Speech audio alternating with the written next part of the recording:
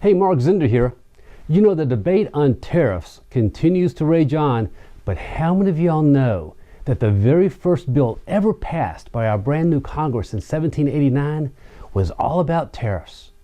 See, we had won the Revolutionary War, but we had no way to pay off the debt we'd incurred. A national income tax wouldn't happen for another 124 years, and the country was broke. So there's about $80 million of outstanding IOUs, or basically bonds, that were trading at pennies on the dollar. So at the first meeting of Congress, after creating the oath of office, Alexander Hamilton presented this idea that to pay off the debt, we could simply authorize the collection of tariffs on imports. Now, Thomas Jefferson, he was totally against it. He was afraid that other countries would do the same to us, and was worried that it would have a negative effect on our farmers who were exporting rice and cotton and tobacco. And at that time, 90% of the population were farmers. But Hamilton argued that there was this new growing manufacturing base in America, and to be a competitive country, we needed to build on manufacturing.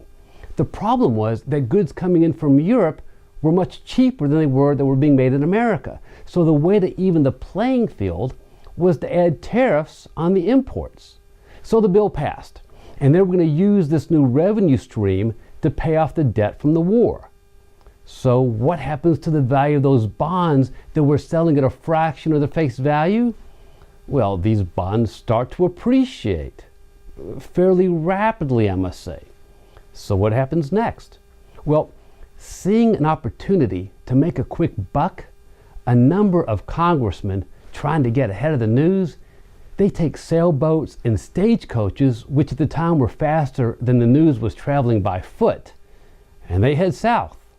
Their goal, of course, was to buy up these bonds before the news gets out. Yep, you got it. In 1789, our very young nation was setting the tone. Tariffs to keep the competition at bay, and congressmen taking advantage of a little inside information. The more things change, the more they stay the same.